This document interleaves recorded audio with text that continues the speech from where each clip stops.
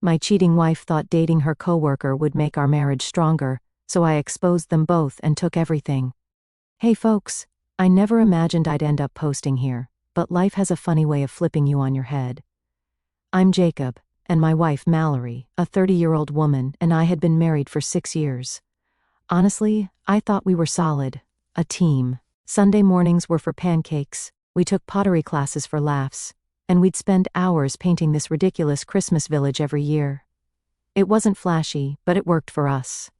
Mallory was my best friend. If you'd asked me 6 months ago, I'd have told you I'm the luckiest man ever. Sure, we had little fights, like whose turn it was to clean the gutters or who left their shoes by the door, but we always worked through it, at least, that's what I thought. Our marriage wasn't one of those grand cinematic love stories. It was built on routines and small joys, and honestly, I liked it that way.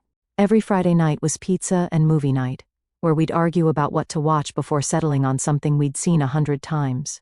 We'd groan about laundry together, split chores, and make dumb jokes about how romantic it was to fold socks side by side. I didn't think anything was missing, but apparently, Mallory did. It started so small that I didn't even register it as a shift at first. Mallory started spending more time on her phone, nothing crazy, just little moments here and there.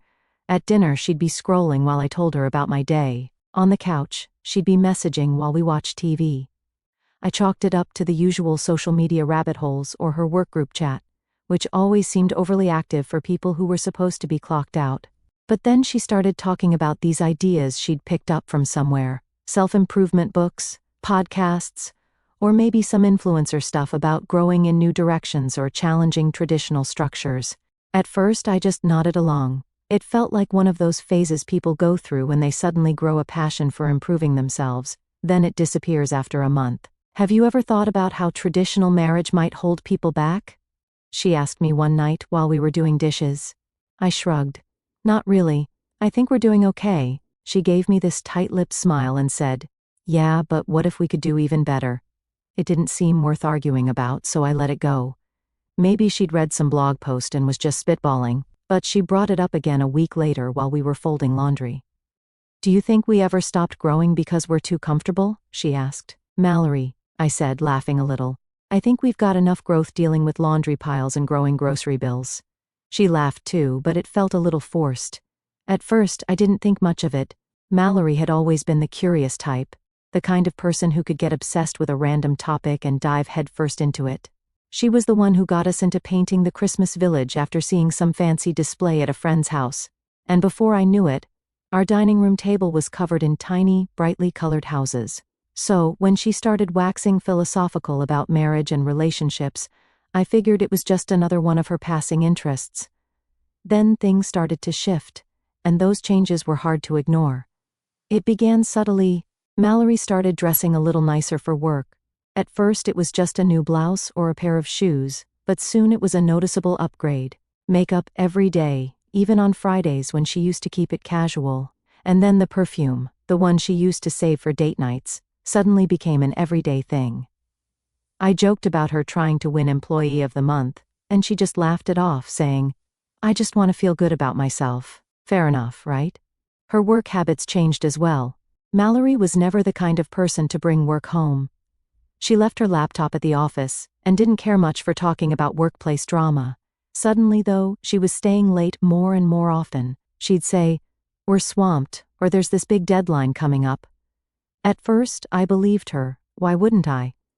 She'd never given me a reason to doubt her before. Then there was her phone. Mallory used to leave it lying around wherever, on the counter, the nightstand, or the armrest of the couch. Now it was glued to her side. She'd keep it face down or tucked into her pocket, which was odd enough to catch my attention. One night while we were watching TV, her phone buzzed nonstop. I glanced over, half annoyed, and said, "What's with all the notifications? Work group chat blowing up or something?" "Oh yeah," she said quickly, grabbing the phone and silencing it without even checking. "Just some group chat stuff, nothing important." Her tone was casual, but something about it didn't sit right with me. The Mallory I knew didn't care about group chats or notifications. Suddenly, my mind was swimming with questions I didn't want to ask but couldn't ignore anymore. Still, I didn't want to jump to conclusions. It could all be innocent, I told myself. People go through phases. Maybe she was just stressed or needed some space. I even tried stepping up my game, planning little date nights or bringing home her favorite chocolate, but she was distracted, always just a little too busy or too tired. One night, I asked her outright, "Is something going on?" "What do you mean?" she said, looking genuinely surprised. "You've just seemed distant." "Is everything okay?" She reached out and touched my arm. "Of course. I'm just tired. Work's been a lot lately." Her words were reassuring, but her tone didn't match, and the questions kept stacking up. Why was she so guarded with her phone? Why was she suddenly so interested in challenging traditional structures? And why did it feel like she was always somewhere else, even when she was right next to me? It was around this time that I started noticing little inconsistencies in her stories. She'd say she had a late meeting, but when I asked how it went, she'd look confused for a second before answering. She mentioned a work dinner once, but later slipped up and said she'd just grabbed takeout. That was enough to make me wonder. I started paying closer attention, not in a creepy way, but just keeping track of what she said versus what she did. That's when I realized something was definitely off, but it wasn't until her new friend Becca entered the picture that things really started unraveling. Becca was this coworker Mallory had started hanging out with, recently divorced, and according to Mallory, absolutely brimming with wisdom. Becca was a free spirit who had discovered herself after her marriage ended. To me, she sounded more like someone who watched too many self-help YouTube videos and thought she was a life coach. Every time Mallory spent time with Becca, she'd come back buzzing with a new revolutionary idea about marriage, relationships, or whatever trendy nonsense Becca was peddling that week. Becca was all about modernizing marriage and embracing freedom within love, whatever that means. Red flags? Oh yeah, they were waving hard enough to generate a small hurricane. But Mallory ate it up like it was gospel. One night we were cleaning up after dinner when Mallory asked out of nowhere, "Do you think couples can grow by expanding their experiences?" I paused. "What kind of experiences are we talking about here?" She shrugged, trying to play it casual. "You know, like exploring new dynamics. Becca says it can really bring people closer." Well, if Becca says," I muttered under my breath. Mallory shot me a look. "What's that supposed to mean?" "Nothing," I said, shaking my head. "Just feels like Becca's in our marriage more than I am these days." Mallory rolled her eyes. "She's just really insightful. You'd actually like her if you gave her a chance." Somehow I doubted that. But Becca wasn't just a walking self-help book. She was apparently a recruiter for her own little club of modern thinkers, and Mallory was her star pupil. Every time they hung out, it felt like I was getting a new version of my wife, one with slightly less grip on reality. One evening, Mallory came home with this big grin on her face and said, "Becca and I were talking about how love evolves over time. Did you know some couples grow stronger by embracing change, not resisting it?" "Cool story," I replied, not looking up from the show I was watching. "Don't you think that's interesting?" She pushed, sitting next to me. "Sure," I said, shrugging. "If change means eating at new restaurants or going on a vacation, I'm all for it." "No," she said, frowning a little.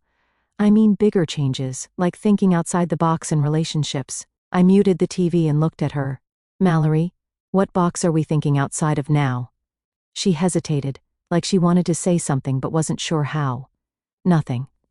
Never mind. It wasn't nothing, but I didn't press it because I was still holding on to the hope that maybe this was just another phase. Then Brian started popping up in conversation. Brian was Mallory's coworker, someone she'd mentioned a couple of times in the past, but suddenly his name was everywhere. "Brian has such an interesting take on relationships," she'd say while we were eating dinner.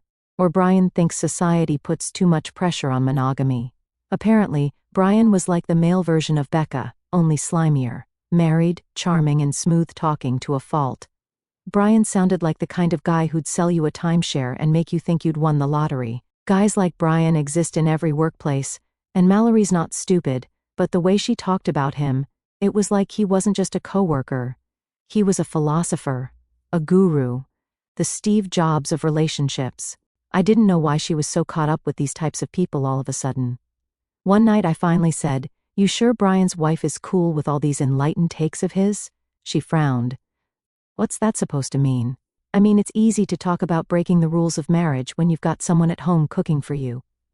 Mallory sighed. You always assume the worst. Brian and his wife have a very open and honest relationship. Do they? I asked, raising an eyebrow. Or is that just what Brian says? She didn't answer, which frankly told me a lot. It was around this time I noticed Mallory was texting even more, always on her phone, typing away like her life depended on it. When I asked who she was talking to, the answer was always the same: oh, just Becca. But sometimes her phone would buzz late at night, and when I glanced over, she'd flip it face down. That wasn't like her. Normally, she didn't care if I saw her messages. But now it was like she was guarding state secrets. One particular evening, while we were watching TV, her phone buzzed for the third time in a row. I glanced at the screen before she could flip it over and caught the name. Brian.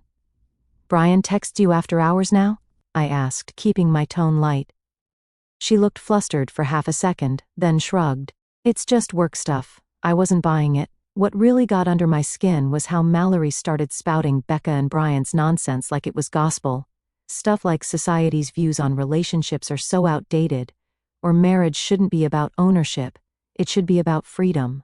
I let her finish before cutting in, calm but firm. Mallory, I don't own you, and I've never tried to. So, what's the point you're trying to make? She hesitated, then dove right back in. It's not about you specifically. It's just, Becca says people get stuck in routines, and Brian thinks couples grow stronger when they explore new connections. I leaned back in my chair, locking eyes with her. So, Becca and Brian, huh? Sounds like they've got all the answers. When did they become the authority on our marriage? Her laugh was short, but I didn't flinch. You're overreacting. They're just sharing ideas. No, I said, keeping my tone steady. They're overstepping. What works for Becca and Brian doesn't have to work for us. I'm not interested in their version of growth, and frankly, I don't think you are either. You've always been better than this, Mallory. She tried to shrug it off, but I could see I'd hit a nerve. You're being close-minded, she muttered, avoiding my gaze. Call it what you want, I said, leaning forward. But I know who I am, and I know what kind of life we've built. I'm not going to let someone else's philosophy tear that apart. She didn't respond, just gave me a look like I was speaking a different language. And maybe I was. Maybe she'd already started listening to them more than me. But if Becca and Brian thought they could rewrite the rules of my marriage, they were about to find out they didn't get a vote. Still, that message Brian sent her late at night stuck in my head. Something wasn't adding up, and I needed to dig deeper. The next morning, as we sat over breakfast, I decided to test the waters. So how's Brian been? I asked casually, keeping my tone light as I buttered my toast. Mallory froze for the briefest moment. He's fine, I guess. Why? No reason, I said with a shrug, pretending to be indifferent. You used to mention him a lot. Just realized I haven't heard about him lately. Her smile was tight, almost forced. Well, we don't talk that much. He's just a coworker. Right, I said, nodding, though my mind was already working through her reaction. Something wasn't sitting right, and I wasn't about to let it slide. It was such a weird answer, like she was trying to downplay his importance now. That's when it hit me. She was hiding something. Eventually, I hit my limit.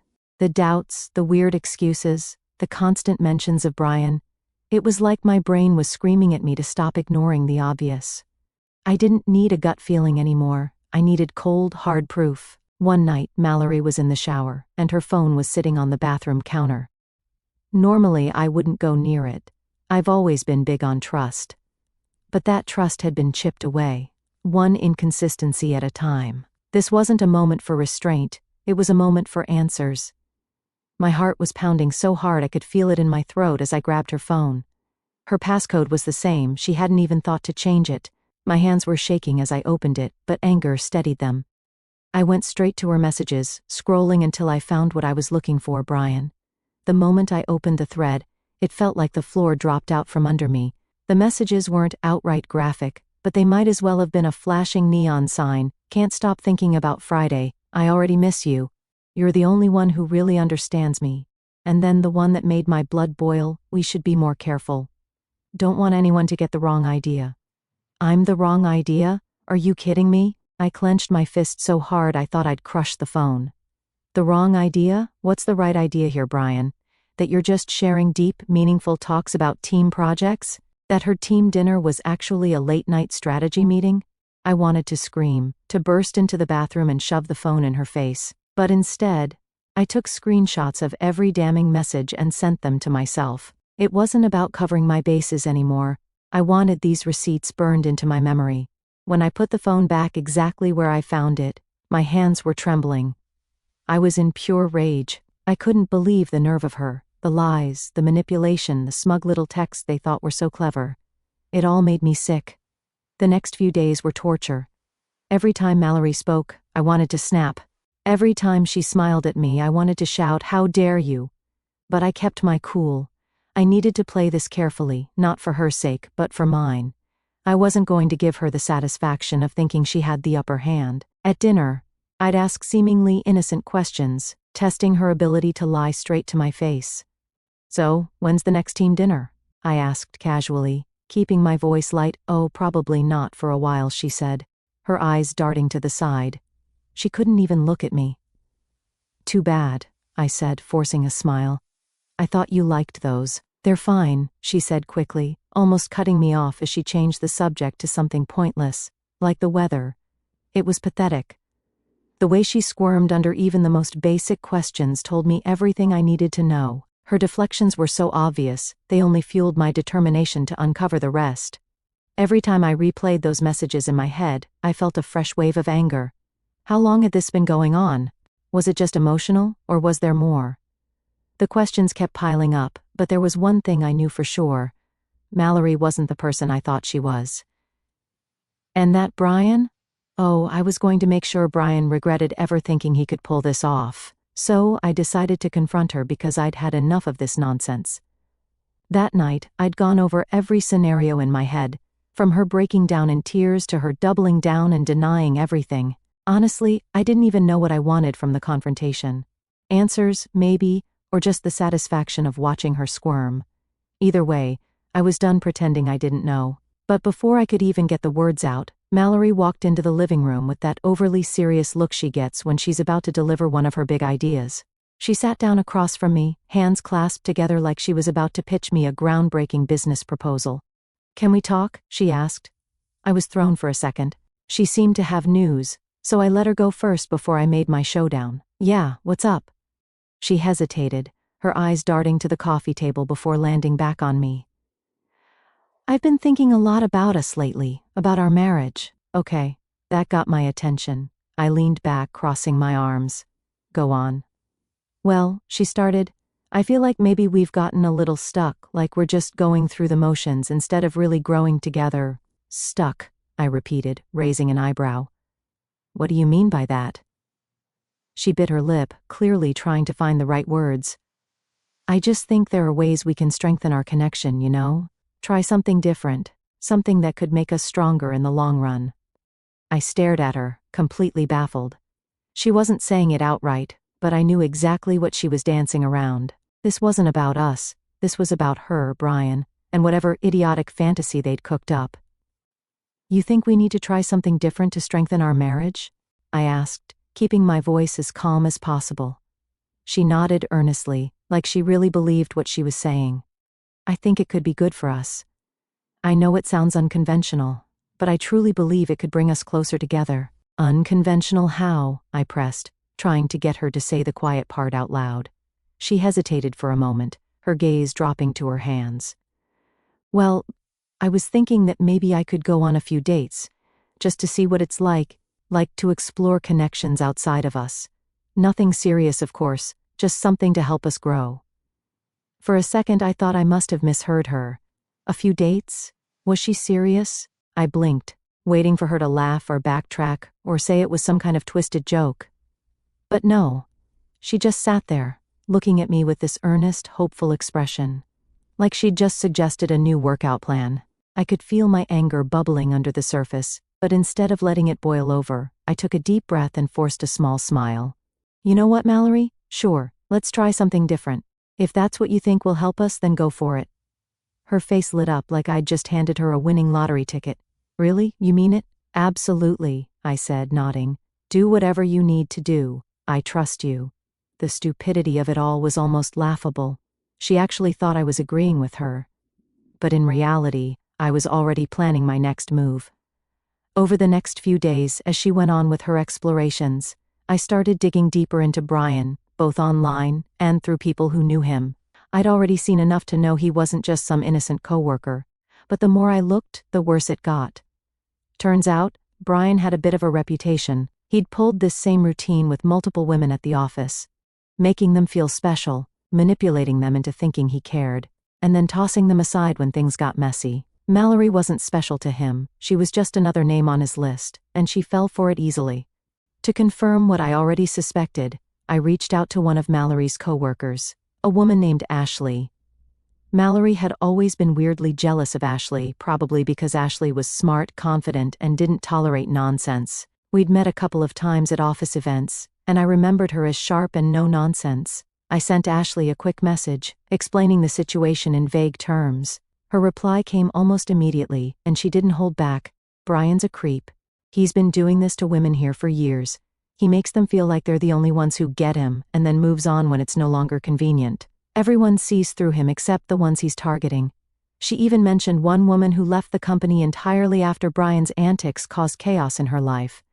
When I revisited Mallory's texts with Brian, it all clicked. His lines about feeling seen and finding deeper connections weren't unique to her. They were part of a script he used to reel in women who didn't know better. The more I uncovered, the angrier I got. This wasn't just about Mallory anymore. Brian had manipulated her and tossed her into the same cycle he'd put so many other women through. I couldn't believe how she trusted him and shattered everything we'd built over the years. That's when I decided I wasn't just going to confront Mallory, I was going to blow her entire fantasy apart. I started by preparing the divorce papers. I was sure there was no coming back from this, not after everything I'd seen and heard. She really thought she could drag me through her twisted version of modern love. Then I asked Ashley for a favor. "Would you be willing to help me make a point?" I asked, explaining my plan. Ashley didn't hesitate. "Absolutely. He's long overdue for a dose of reality." With her help, I set the stage. Mallory wasn't just going to hear about Brian's true nature, she was going to see it for herself. That Friday, everything was in place. Mallory had told me earlier in the week she'd be working late. I knew exactly what that meant, but I played along like the fool she clearly thought I was. I'd even wished her luck with her big project, my voice dripping with mock sincerity. She didn't bother asking about my plans, likely assuming I'd be sitting around clueless while she did whatever she and Brian had cooked up. When Mallory walked in earlier than expected, she was met with the sight of me and Ashley sitting comfortably on the couch. Ashley looked incredible. Her sleek black dress and confident posture made her impossible to ignore. Her legs were crossed at the ankle, and she sipped her drink with a kind of poise that said she wasn't intimidated by anything. Least of all Mallory. Mallory froze in the doorway, her keys halfway to the counter. Her face shifted through a range of emotions: confusion, panic, and then rage. She stared at us like she couldn't comprehend what she was seeing. "Hey," I said casually, standing up and giving her a smile. "You're home early." What is this?" she stammered, her voice shaky as she glanced between me and Ashley. "Oh, nothing much," I said, gesturing toward Ashley with a relaxed hand. "Just a little date night. You remember Ashley, right? From your office." Ashley turned to her, giving her a polite but sharp smile. "Hi, Mallory. Nice to see you again," she said, her voice perfectly calm, almost mocking. "A date?" Mallory's voice cracked. "Are you serious?" "Dead serious," I replied, my tone cold and unflinching. "You've been so interested in exploring new dynamics and trying something different. I figured I'd take a page out of your book." Her face turned a deep shade of red as she sputtered. You're on a date in our house while we're still married?" Ashley tilted her head slightly, her smirk widening. "He's been an absolute gentleman all evening. Honestly, Mallory, I don't know how you let him slip away." "Shut up," Mallory snapped at Ashley before turning her glare back to me. "What the hell is this? Are you trying to humiliate me?" "No," I said, my voice cutting through the room like a knife. "You did that all by yourself. Or did you think I wouldn't notice your working late lies, your pathetic excuses, or your little plan to strengthen our marriage with Brian?" She flinched at Brian's name, her composure slipping even further. "It's not what you think," she started, her voice cracking with desperation. "Save it," I interrupted, walking to the coffee table. I grabbed the folder with the divorce papers and slammed it down in front of her. The sound echoed through the room, leaving no room for doubt about what was happening. "Here's what's going to happen," I said, my voice steady and sharp. "You're going to sign these papers, pack your things, and get out of my house. You can go explore connections with Brian or whoever else you want, but you're not doing it under my roof." Her eyes widened as tears spilled down her cheeks. "Jacob, no, please, we can fix this. I didn't mean for it to go this far." "You didn't mean for it to go this far?" I cut her off, my voice rising. "You lied to me. You betrayed me. You treated me like a fool while you played your little games, and now you want to stay? Not a chance." "Jacob, please," she begged, her voice cracking as she sobbed. "It was a mistake. I'll stop. I'll cut ties with Brian. Just please don't do this." Ashley stood up then, her confidence unshaken as she glanced between us. "Should I leave?" she asked, her tone calm but tinged with amusement. "This seems like it's getting personal." "No," I said, my eyes locked on Mallory, who was trembling now. "She should stay. After all, Mallory, you've been so eager for a new dynamic. Maybe it's my turn now." That was the final blow. Mallory let out a strangled sob and turned on her heel, bolting up the stairs. The sound of her feet pounding on the floorboards was followed by the slam of the bedroom door. I followed her upstairs, my steps measured and deliberate. By the time I reached the bedroom doorway, she was frantically throwing clothes into a suitcase, her hands shaking as she zipped it up. "You can take whatever you need tonight," I said, leaning against the doorframe. "But I expect you to be gone by tomorrow. I've already changed the utilities to my name, and your access to the bank accounts is cut off." "This is over, Mallory. Get used to it." She froze for a moment, staring at me like she couldn't believe what was happening. Then, with trembling hands, she yanked the suitcase off the bed and stormed past me without a word. Back downstairs, Ashley was still waiting, casually straightening her dress. When the front door slammed behind Mallory, she raised an eyebrow and said, "Well, that was satisfying." "More than you know," I replied, sinking into the couch. The morning after Mallory left was so quiet, and I wasn't drowning in frustration or waiting for the other shoe to drop anymore. She was gone, her suitcase and her delusions of strengthening our marriage along with her. The silence was liberating, but the storm she'd left behind was just starting to ripple out. She didn't go quietly. She called me 3 times that day, leaving desperate voicemails full of apologies, excuses, and promises. "I didn't mean it. I was stupid. Brian doesn't mean anything to me. Please call me back." I didn't bother listening to the rest of them. They all sounded the same. Hollow words from someone who was only sorry she got caught. I knew I couldn't avoid her forever, there was still paperwork to sort out. But I wasn't in a rush. She'd already made her choices, and I was focused on mine. Meanwhile, I turned my attention to Brian. As satisfying as it was to kick Mallory out of the house, knowing that Slimeball was still out there, doing the same thing to other women, didn't sit right with me. It wasn't enough to just be done with them. I wanted to make sure he felt the weight of his actions.